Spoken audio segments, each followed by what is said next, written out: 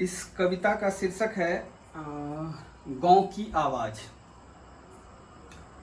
ये जनरली वो लोग रिलेट कर पाएंगे जो पढ़ाई के लिए, जैसे हम लोगों के साइड जनरली होता है कि पढ़ाई के लिए हम लोग 10वीं के बाद ही घर से बाहर निकल जाते हैं और मम्मी पापा से दूर रहने लग जाते हैं।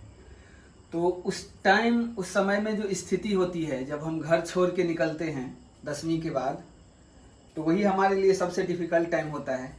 और उस टाइम मैंने चित्रण किया है कविता के माध्यम से, जो उस टाइम माहौल कैसे लगते रहता है, और उस माहौल को मैंने एक अलग एंगल से देखा है और उसी के बारे में लिखा है। ये 10वीं के बाद का कविता है मेरा, जब 10वीं पास करके हम जैसे गांव से शहर की तरफ जाते हैं और उसी टाइम से हमारी आदत हो जाती है बाहर रहने की, मम्मी पापा से दूर रहने की। तो उसी का है, शीर्षक है गांव की आवाज़। उन वादियों के बीच से कोई आवाज़ आती रही, उन वादियों के बीच से कोई आवाज़ आती रही। मैं दूर चला आया पर वो मुझे बुलाती रही।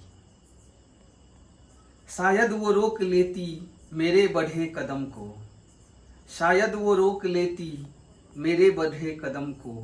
बस मैं ही जानता था वो मुझको सताती रही, बस मैं ही जानता था वो मुझको सताती रही। उन वादियों के बीच से कोई आवाज़ आती रही। जानी सी लग रही थी अनजान मैं बना था, जानी सी लग रही थी अनजान मैं बना था। हालात ही थे ऐसे बेईमान हो चला था। खुशियों के उस चमन का मेहमान मैं बना था। मजबूर मैं खड़ा था, बस वो ही सिसकती रही। उन वादियों के बीच से कोई आवाज़ आती रही।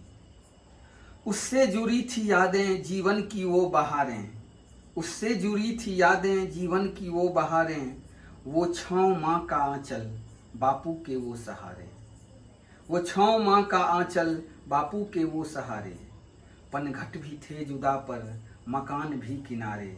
यादें ही चल रही थी मेरे कदम सहारे, यादें ही चल रही थी मेरे कदम सहारे। यारों के आँख से भी झरना निकल पड़े थे। राहों की आँख नम थी अपने सभी गिरे थे। गैरों की भी दुआएं ले दूर को चले थे। बारिश भी हो रही थी बादल ही भींगते थे। आवाज़ जोर होती आंसू को सींचते थे। जुदाई चुभ रही थी विरहन की वो घड़ी थी, जुदाई चुभ रही थी विरहन की वो घड़ी थी। अब धूल भी धुले थे सिहरन बहुत बड़ी थी। वो बागों की डाली पैरों से बूंद गिरना, बस याद आ रहे थे गुजरे हुए जमाना, बस याद आ रहे थे गुजरे हुए जमाना। खेतों में हरियाली आंगन था सूना सूना। बस दर्द से भरा था दिल का हर एक कोना, बस दर्द से भरा था दिल का हर एक कोना। मन लौटने को करता पर राह ही चलती रही, मन लौटने को करता पर राह ही चलती रही। संगीतमय आवाज़ भी अब दर्द से कराहती रही। मैं जानता था फिर यहाँ आऊँगा लौट कर मैं जानता था फिर यहाँ आऊँगा लौट कर मैं। पर सोचता था वो खुशी पाऊँगा किस कदर में, पर सोचता था वो खुशी पाऊँगा किस कदर में। सब कुछ वही रहेंगे पर मैं न वो रहूँगा, सब कुछ वही रहेंगे पर मैं न वो रहूँगा। आंचल तले मैं माँ के फिर से न सो सकूँगा, आंचल तले मैं माँ के फिर से न सो सकूँगा।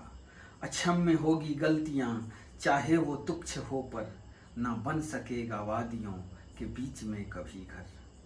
बस जानकर मैंने यही उस दर्द को सुनता रहा, बस जानकर मैंने यही उस दर्द को सुनता रहा। मैं बेवफा था वो मुझे बस प्यार सिखाती रही, मैं बेवफा था वो मुझे बस प्यार सिखाती रही। उन वादियों के बीच से कोई आवाज़ आती रही। अब याद भी आती मगर आंसू में ढल वो जाते। बस शून्य के सहारे जीवन को अब बिताते, बस शून्य के सहारे जीवन को अब बिताते। काले कजरारे बादल भी मेरे दुश्मन, काले कजरारे बादल भी मेरे दुश्मन। जब जाता हूँ मैं वहाँ वो साज बजाती दिखी। जब जाता हूँ मैं वहाँ वो साज बजाती दिखी। उन वादियों के बीच से कोई आवाज़ आती रही। मैं दूर चला आया पर वो मुझे बुलाती रही। जो भी 10वीं के बाद घर छोड़े होंगे वो लोग इसको बहुत अच्छे से रिलेट करते होंगे और कर पाएंगे कि कैसा वो एक भावुक क्षण होता है जब हम पहली बार घर से निकलते हैं किसी अनजान सफ़र पर, किसी अनजान डगर पर, जहाँ के बारे में हमें कुछ नहीं पता होता है और उस टाइम हमें अपने सब के बीच से निकल के बाहर जाना बहुत ही डिफ़िकल्ट होता है। आज तो बहुत कुछ बदल चुका है समय, लेकिन वो एक पल जो होता है, तो 10वीं के बाद जो लोग घर से निकले होंगे, जनरली हमारे साइड के बच्चे सब निकलते ही हैं, तो वो बहुत अच्छे से रिलेट कर पाएंगे इस कविता को। Thank you so much.